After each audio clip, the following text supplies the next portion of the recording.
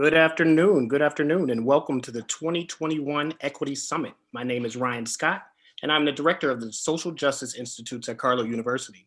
Myself, alongside Dr. Malia Johnson, the director of the Office of Equity and Inclusion, would like to welcome you to the session titled "The First Black Teacher: Race, Education, and Students of Color." This powerful dialogue will explore the intersections of both race and education with author and urban sociologist Dr. Walter Alderman. Thank you, Ryan. But before we get started, just a little housekeeping. Please make sure that you keep your mics muted so that we can hear clearly from Dr. Alderman. And we're going to have about 30 minutes of great conversation, and we're going to either try and integrate Q&A in there, or you can always put them in the chat, and we'll try and answer as many as possible. So please make sure that you are using the Q&A feature in Whova, and we will do our best again to address all of your questions best we can.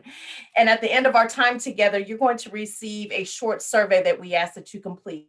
And you will see the link come through to you. And at that point, we ask you to complete it and submit your feedback for the day.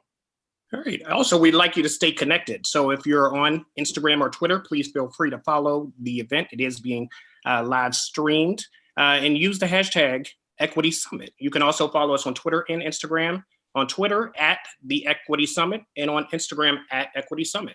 And without further ado, we're going to get started. Dr. Johnson. Well, Dr. Alderman, we want to thank you for joining us for this exciting conversation today. And we are focusing in on one of your books that you've written, and it is, as Ryan said, The Last Black Teacher.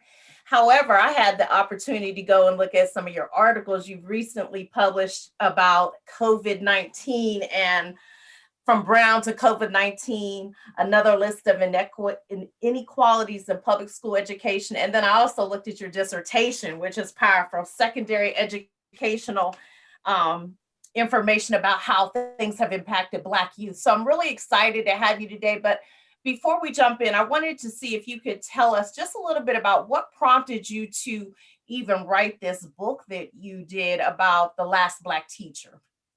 Well, I'm in the baby boomer generation, and we are at the point where we're retiring. And I remember sitting at my desk one day and just thinking, like we're like one of the last big generations of Black career educators. Mm-hmm. And so that's why the book has the title, The Last Black Teacher. And it was important, I thought, to get our story, because most of us came through, as in my experience, through the 80s, the 90s, and of course into 2000s, of really looking at Black education, and especially the education of students of color. My own experience starting out teaching in the 1980s in Washington, D.C., as I talk about in the book, everything from dodging bullets to literally having students shot next to me, and certainly had an impact.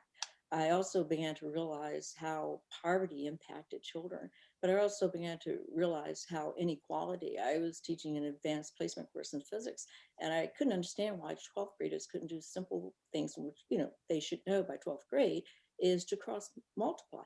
But it was no fault of the students. No fault of the students. It was just the inequality in their public school education. And I think my journey, as well as many, many other Black career educators, needs to be recorded, because our voice is not out there. What have we experienced inside the classroom, from the racism, the inequalities, the good components as well of nurturing and really being there as a mentor, as a psychologist, a social worker, a mother away from home for so many of our students of color, and especially for Black students. Thank you. And as you talked about that, I know we really focused in on your book about how racism, 4 points really about racism in education, but one of them really being how, and you just kind of hit on it a little bit, but I would like you to talk about it a little bit more, how it destroys the careers of Black educators. And in your book, you talk about your journey and about how, as an educator, it has impacted you. But then you begin to talk about how it's impacting Black educators. Can you share with our readers, but with the audience, a little bit more about that impact and how racism is destroying careers of Black educators? Because I'm a Black educator, Ryan's a Black educator. There's a lot of educators in here. So would you mind going a little more in depth about that with us? Oh, absolutely. Part of that, and a question that came up for me as I was addressing that issue was looking at, where does knowledge begin? That somehow came into my mind. When, as humans, do we really feel the impact of knowledge? And so that research led to going back and looking just briefly at the example, say, Greek philosophers who spent 5 and 10 years in Africa studying with African philosophers. And this is long before the Greek Golden Era. And when we look at the fact that so much knowledge comes out of the continent of Africa, if we look at ancient Ghana, if we look at Mali University, in a sense that, you had universities that had, thousands and thousands of books. It wasn't unusual for someone to have 25 handwritten books in their home. And yet, for the conquest of gold, their university and libraries were literally burned down. But the Africans who came to North America didn't just come empty-handed. They came with so much knowledge, and certainly the wealth of knowledge. And even throughout slavery, Blacks knew knowledge was power, and especially literacy. That it not only brought them influence, but the wealth that was linked to literacy. And in spite of things like Jim Crow laws or Plessy versus Ferguson, one of the things I mentioned in the book are like the Harlem educators. These were women who weren't just educators, but they were activists in their community as well. And so even in the 1950s, Black educators were half of the professionals in the Black professional community. And then, of course, after Brown, there is this need to dismiss, demote, deny, to fire. As many as 38,000 Black educators lost their jobs with the implementation of Brown. And so there has been a conscious effort since that point. And understand, even though Brown becomes, a major law, policies and practices in individual school districts were not necessarily impacted by Brown. There was a community in Virginia that literally closed all the public schools and made them private schools. And you had communities that simply just up and fired Black teachers. Or, if they did remain Black in the public schools, they paid them half the salary of white teachers. So imagine what that does to that family's economic goals, because you're getting half the money. Many times, Black teachers, even in testing and standard testing, they were often depicted as not being intelligent enough, and certainly not intelligent enough to teach white children. Because of things like, say, housing segregation, they could only teach in certain communities, so they were limited as to what they could do. So it is not new in this attack against the Black career educators. It has a very long history as to who we can teach, where we can teach, and certainly how we will teach. And that's actually a really great segue. Thank you for that, Dr. Alderman. You talk a little bit about policy, and you touched on policy in your text. And I think that's really important when we're looking at education, particularly of Black and Brown students. Can you talk about how policy disproportionately dismantles public school education for students of color? And can you talk about your findings a little bit on this? Oh, absolutely. What we see, and consistently, we know that Black students are suspended, they're expelled, they're really criminalized more than any other group of students, even at the pre-K level. When we looked at statistics, children of color, especially Black students, represented nearly half of the pre-K students that were suspended. But I also looked at the reasons why. If students didn't exhibit, we're talking about pre-K, here, students are learning social behaviors. They don't just come, innately to them of sharing things, but if they didn't exhibit certain behaviors, they were considered to be behavioral problems. So there was more emphasis put on, say, their acculturation within their families, that, they didn't act correctly, how teachers perceive them to act, then it must be the parents. They were bad parents, or they didn't spend enough time with their children. We've seen policies such as zero tolerance being implemented, and extremely punishing ways directed towards students of color. We've seen with COVID, it has even been suggested that students should be retained. And we know, based on the inequalities in public education, that which students are going to be retained. They're not going to be middle-class white students whose parents will have the economic resources to make sure, and the political power to make sure that doesn't happen. So you're talking about retaining the overwhelming majority of students of color. Right now, there are over 3 million students missing in public education, meaning that they didn't show up to their school or they didn't sign on. And most of the students that are missing are in resegregated communities. So we're seeing things where students of color are being excluded from the learning process because of COVID. We see that there are policies that deal with, say, testing and bias testing, and really decreasing their ability to enter schools and join the future of work, because many students of color leave schools without the skills that they will need to enter the workforce, or to go on to colleges as well prepared as they should be. You were mentioning, and I remember reading it too. I think even last night, I went back about, and if you don't mind, if we can go there a little bit more about how students as early as kindergarten are being assessed as having behavioral problems, and really not even having the opportunity to have those issues looked at, like where they're coming from, their homes, their home life, and what that's like, and how that's impacting mental health of students currently. And then layer that with COVID right now. Can we dive in just a little deeper with that? And it's, just as an educator myself, seeing students who, because of their skin color, have been assessed as they have behavioral problems right from the door.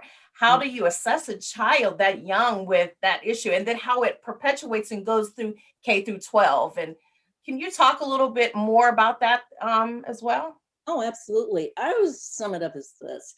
If you've ever watched Mr. Rogers, and Mr. Rogers reminds me of kind of like that suburban community, come in, sit down, won't you be my friend? And all the students, if you notice, are lined up in desks and sitting neatly and very poised. And yet, flip that over to Sesame Street. Sesame Street has a rhythm and culture, it's real, it's in the city, you got music, beat, tone, and so imagine trying to blend those two. And so if I'm coming from a community and the culture is one more similar to Sesame Street, and you want me to act like Mr. Rogers' neighborhood, there might be a little difference there, So we know that many times students of color are not as likely to be placed in gifted and talented programs. Many times they're not offered to the chance to take advanced placement courses, but students of color have a greater chance of being placed in special ed. And I never forget reading a story about a young lady, who was placed in special ed. She didn't have any education concerns in terms of her learning style. And when asked why she stayed in special ed, she said, well, at least they gave you cookies and milk in the morning, So our children are often mislabeled because of their culture, and it influences their mobility, in the sense that more students of color are retained a year. And one of the greatest fears right now, if I was retained a year and I'm already dealing with COVID and being behind, because the early test scores show that many students of color have lost what they've gained because of COVID, then I'm not as likely to come back into the education system. I'm likely to go out of it because it becomes burdensome in terms of the stress, And what I worry about more than anything, we all know that COVID has created a tremendous amount of depression and anxiety. You may have heard there's a 9-year-old that was getting ready to do danger to both her mother and herself. And unfortunately, the way in which the police arrested her. But we have younger and younger children committing suicide. And the suicide rates for Black children are already alarming. So imagine what COVID is going to do to that. And for most school systems are far more likely to have the presence of police force in the building than they do social workers, psychologists, and support teams that will help children and manage what they're going through mentally. And so this is a time that's, to me as a career educator, is really frightening. It's really frightening to see what will come, especially by, say, September, once we are probably back to school full time, and what the impact of COVID will have on already inequalities and mental health of students of color. Right. Right. Wow. And as I thought about that, I thought about, even adding another layer to that, and switching gears just a little bit, hopping into the economics, right? And how economics play a factor in the success of our schools and our school system and our students in which they serve. Your text also talks about this notion of the wealth gap and how it dismantles the future of work for students of color. Mm-hmm. Can you talk a little bit about that? I'd love to hear your thoughts. The wealth gap, we know, is getting larger and larger between whites and especially Blacks. But the impact that it has, particularly in public education, is the fact that, take for now, schools are already going to be short in September in terms of resources, because so many resources have gone this way and that way. And if states support them, and if the federal government provides some of that missing finance for public schools. But the reality is that what we've seen consistently is that the majority of school funds are not going to resegregated schools in low-income communities where a large majority of students of color live. Understand that over 50% of all students in public schools are students of color.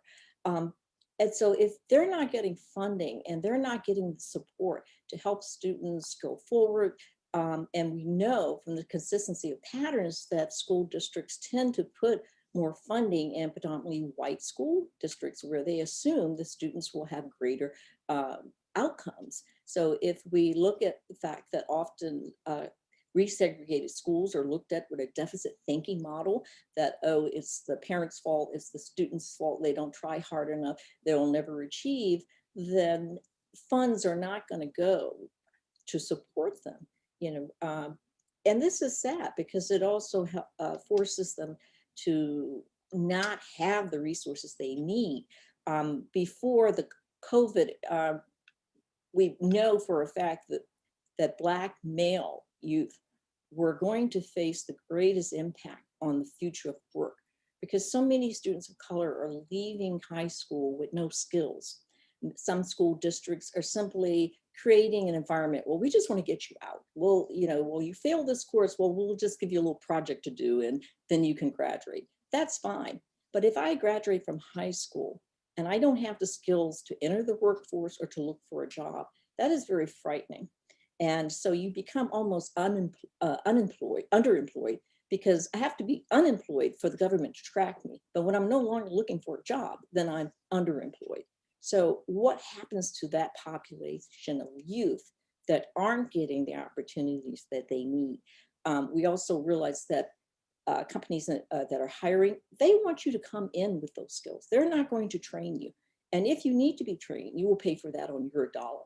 So you can see conceptually how Black youth are falling farther behind because of the wealth gap and the nature of the future of the work that will eliminate their opportunities to really have well-being and life-sustaining employment.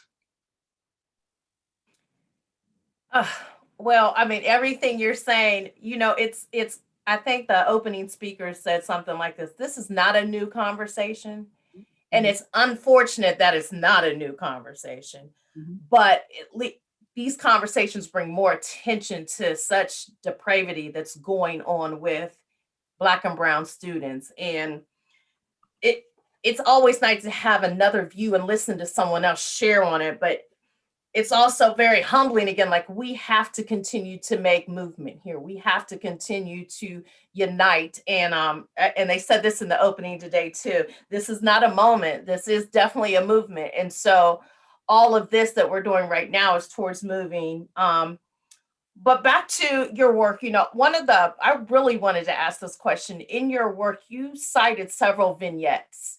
What was your reasoning for adding those vignettes into your writing? Well, I wanted to record my career as a Black career educator. I wanted to truly put down in black and white what I experienced. And I thought that was very important, that I just didn't walk into the classroom every day, teach a lesson, and go home.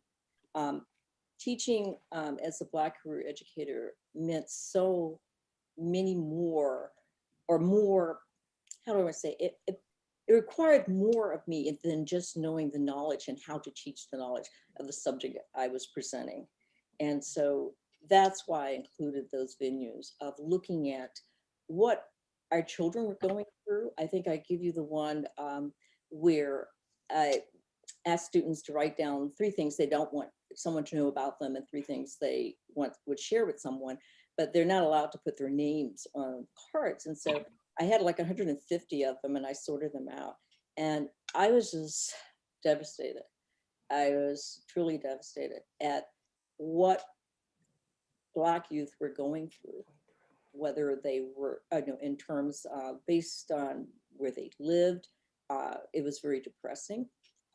Children were dealing with harming themselves. In other words, there was a tremendous amount of mental health issues that needed to be addressed. Yes. And they weren't getting that. They weren't getting that. And it just broke your heart. I often dealt with students who came to school hungry but proud, and had to figure out a way to convince them to take an apple out of a basket, to tell them, oh, just take one. My children at home, swore they were going to eat all these apples, and I don't want them, to go bad. Just take one. Give it to your sister when you get home. But just giving them that opening, because I knew a lot of children were not getting enough food because the environment or the lack of resources in the home. So I shared a lot of that, but I also shared the encounter with parents. At one time, Black educators were considered, the pillar of the community. They were elevated, they were activists, but I saw that change where teachers were no longer valued. That even when parents disagreed with teachers, they often villainized teachers in the home. And so it created a culture where students began to disrespect teachers because the parents didn't respect them. Yeah. And that, creates quite a bit of chaos. But those were things, even from the administrative level, we have seen that sometimes teachers are not supported, and that the kind of bullying of teachers and where that's led, which is not good. We need educators. They play such a valuable role. And I wanted to illustrate that when you were a Black career educator, you served under many different hats other than just delivering, knowledge. Mm-hmm. Thank you for that. I'm going to let Ryan give the question from the audience, but I really wanted to thank you for adding those in there, because as we know, storytelling is so critical for our culture, and that's how we pass down history. So thank you for those powerful vignettes that are added in your book. Yeah, and Dr. Alderman, you just talked, which actually just hits the nail on the head on the next question that an audience member asked in with regard to retention. It's enough that, through the generations, education has changed in the way that we view teachers, and in the notion that many of them have been villainized, as you mentioned. The question from the audience states, I would love to hear how the lack of retention of teachers of color and or recruiting these teachers is affecting the leadership pipeline, and how this affects our schools long-term, because we don't get teachers of color or quality leaders of color at times in order to prove that we can't do well.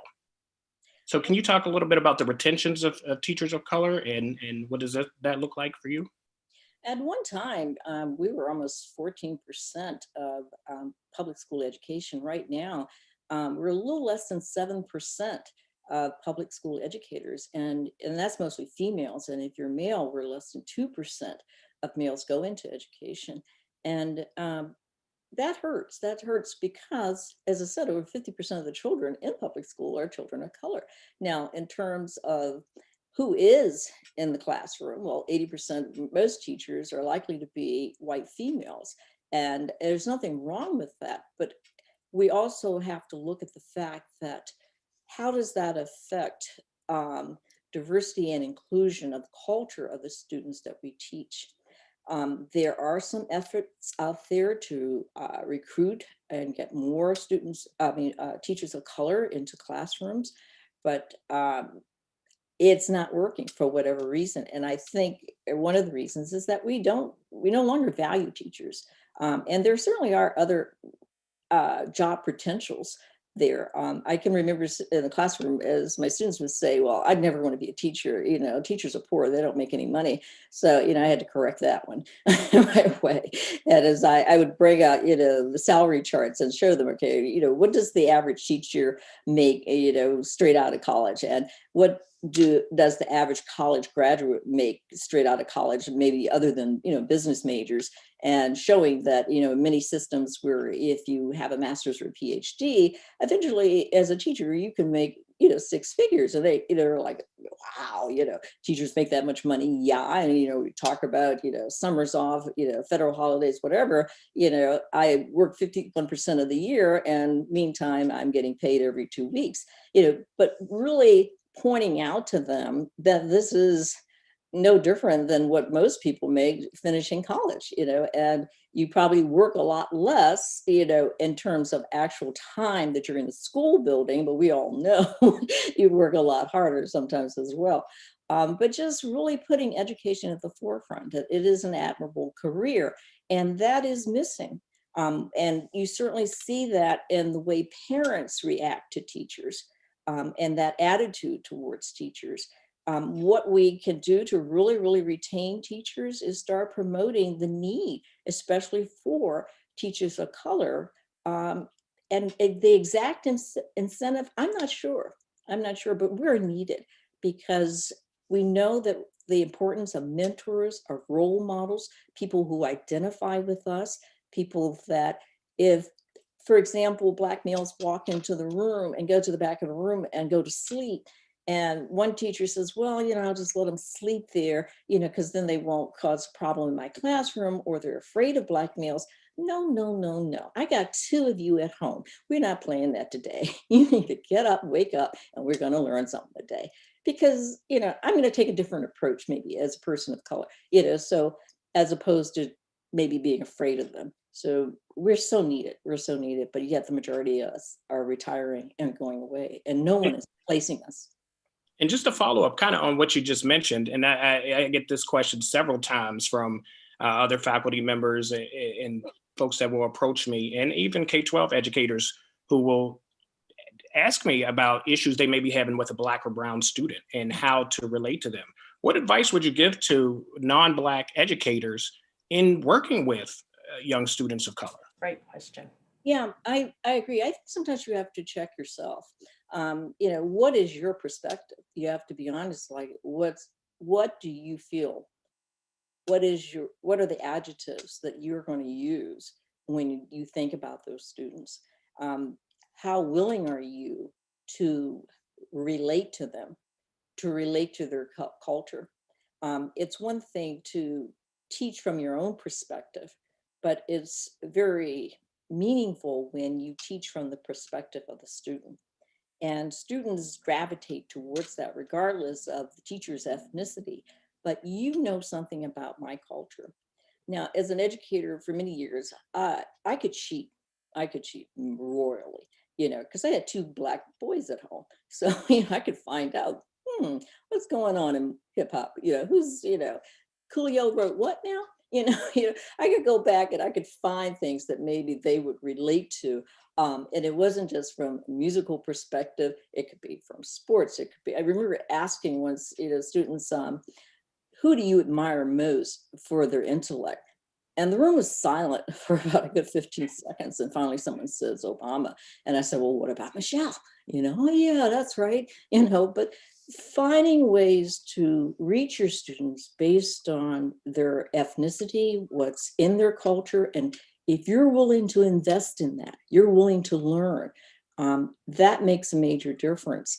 So much of the process of when we're teaching, especially say in history, we start off with, such an abundance of dead white men, and suddenly we get to slavery. Well, how depressing is that? But as a teacher, what am I infusing before I get there? Doing that research and talking about the accomplishments of people of color and threading them through, and not just waiting for the book to guide you on when you begin to embrace their history. So those are important components. You've got to want to really bring that element into the classroom so that you can reach your students in a more effective way. So can we flip that coin and now talk about what advice would you give to young Black educators who are either considering a career in education or, just starting out, newly starting out, and hungry and excited? What advice would you give them? I think it's one of the greatest professions you can enter. I can't imagine being anything else. It is just truly my persona. When August and September came to go back to school, I was practically, giddy. Everyone in the house is like, calm down, mom. It's not that great a job, but it was. I mean, I would think all through the summer, I'm going to do this and this, and we're going to try this year. Oh, we should get, try sketch notes and we get colored pencils. It's who you are. And the more you bring the joy of teaching into the classroom, the more your students feel that. They feel your persona. And in terms of, there will be hard years, there will be not so hard years. There will certainly, there will be challenges. Most of all, make sure you read your teacher's handbook, know your rights as a teacher, but also be invested, be a life learner. You just, reading a couple of books about education will not get you through. You have to take in your environment. You have to take in what you see and observe and make those subtle changes to be effective. It's said if, you stay 10 years or longer, you probably will, continue to be a teacher. But teaching can be very challenging because school culture is changing. The nature of teaching and education is constantly changing, but you have to be that life learner that you can roll with the punches and not give up, because we're needed. We're really, really needed. Find career teachers, have a mentor, have someone that you can talk to and get suggestions or ideas from. No one expects any new teachers to just come in and, boom, you've got it. It's really very important to have those mentors that can help you. But most of all, I also talk about this in the book, is take care of your mental health. The nature of teaching is such that we encounter so many inequalities that our students deal with that it really has an effect on teachers and their mental health. And a lot of school districts do not support that. And so we've got to make sure that you balance it, because it can be very stressful. It can be, but it is so rewarding in the end. Yeah, I'd actually agree with that, Dr. Alderman. And I think the notion of mental health, for so long has just been a stigma, particularly in the Black community, And Hispanic community as well. and Hispanic community. That's correct. So, one of the things that, I'd like to ask, what are some strategies or are there any resources available for folks that are struggling with this notion of mental health? Because that's, I think, a crisis that we don't oftentimes talk about because of the stigmas associated with it. It really depends on the community in which you're in. Some more and more health plans are covering mental health. And it just depends on the district sometimes in which you are working, whether they provide some type of outlets for teachers. There, and if there aren't there, it is maybe important to start something, just having a support group where teachers can come together and talk about the stress of what they're doing and dealing with. And that can be, very supportive. If you need professional help, there is such a shortage of professionals in, in psychology, that it is very hard many times to get an appointment. But there are virtual groups that are getting together. There are organizations, whether it's the NEA as well as AARP, yay, that are providing that type of uh, format and platform for people to come together who are dealing with those stresses. It just really depends on the community and what your school district offers. Hopefully school districts are not penalizing people for that, but you never know. It has to be dealt with a kid glove, so to speak. Speaking of the mental health of the educator, COVID, I believe, is exacerbating mental health within the students as well. Mhm. And so, you're forced to deal with a lot of this lack of face to face, that personal interaction that we have. Students are struggling. I hear it all the time, that just going from class to class, Zooming is very challenging. What could, and I know we talk about self care, but what is it that a teacher could really do or encourage for students, or even in the mindset of thinking, we can't deal with every day like it's how it used to be. We're in a very different time. Mhm. So what can we advocate for even students regarding their mental health and self-care right now, and still managing to go to class? And we didn't even touch stuff like food insecurity or any of that, but what can we talk about? What could we say to a student Well, I regarding think their just mental health? naturally being an educator, you're always trying to be encouraging with your students. But again, we're talking virtual, and that is very, very difficult. So many roles are put upon a teacher that, in many school districts, that other than just being the teacher, you want to be the social worker, you want me to be a pretend mother, you want to be the psychologist, you want me to figure out, why this person is acting the way they do. I don't know that as educators, we can take on all those roles and maintain our own mental health. I mean, most teachers today did not come through the education process of teaching virtually. So this has been a complete 360 turn for us as well. We're used to being in our classroom, so we're learning how do we do this and how do we manipulate and the stress associated with that. We can always be encouraging to students, and we can.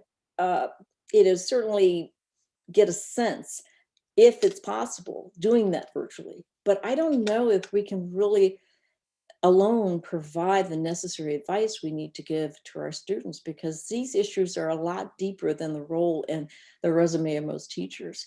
And so we're dealing with just maintaining our own mental health.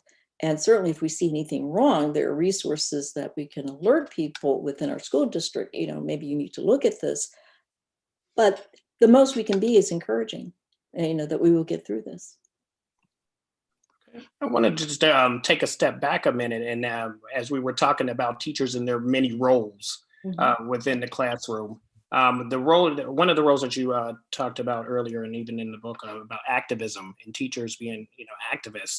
I think, and this is one thing that I'm really passionate about myself as a director of social justice at Carlow University.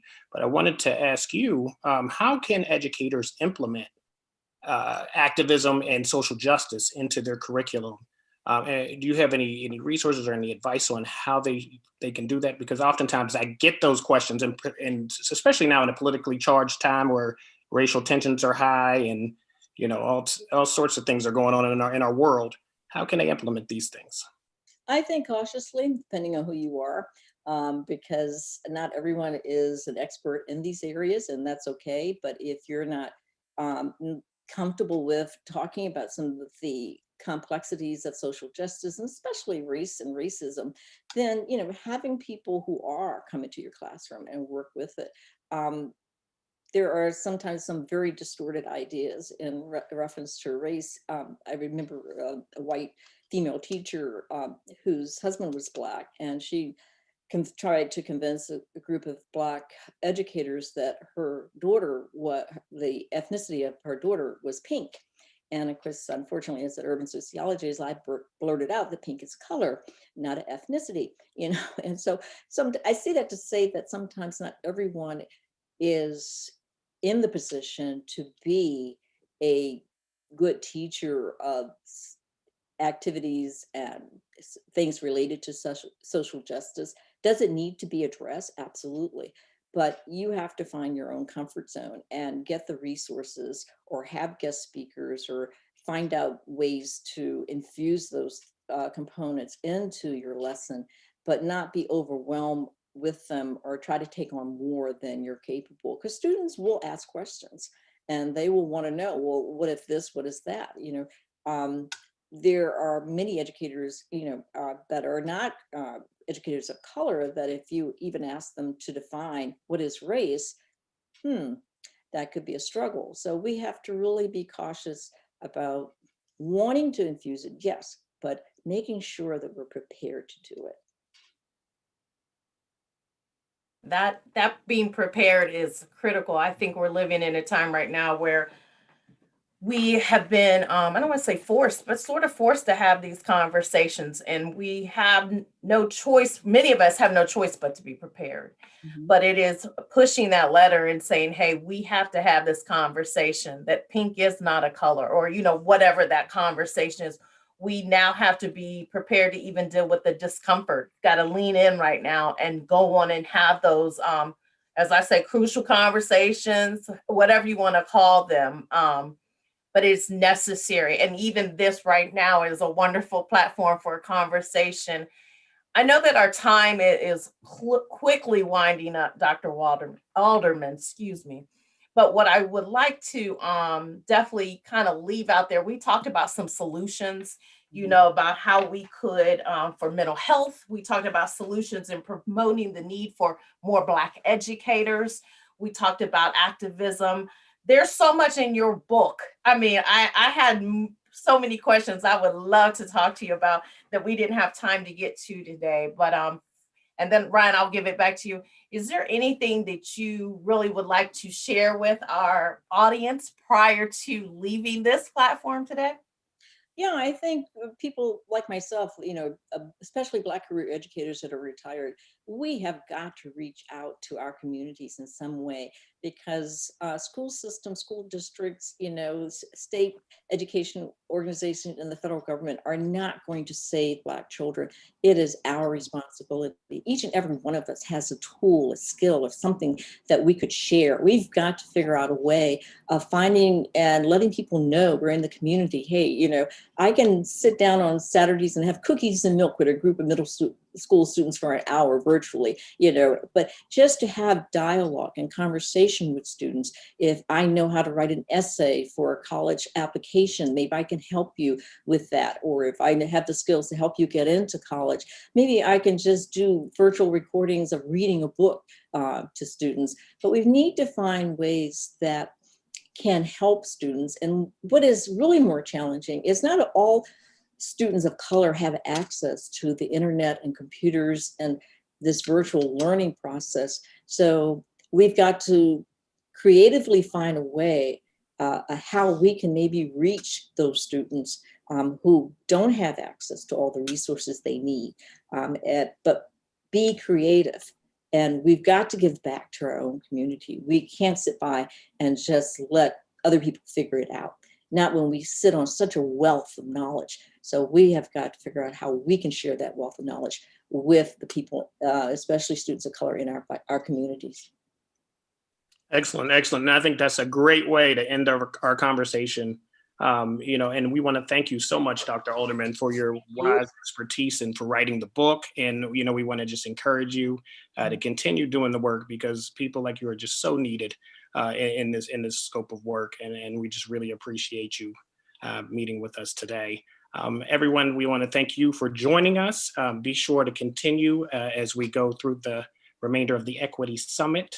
And feel free, and also make sure that you fill out this survey that will be sent out through the Whova platform at the conclusion of this presentation. So we'd like to thank you again and have a wonderful day. Thank you. Good afternoon.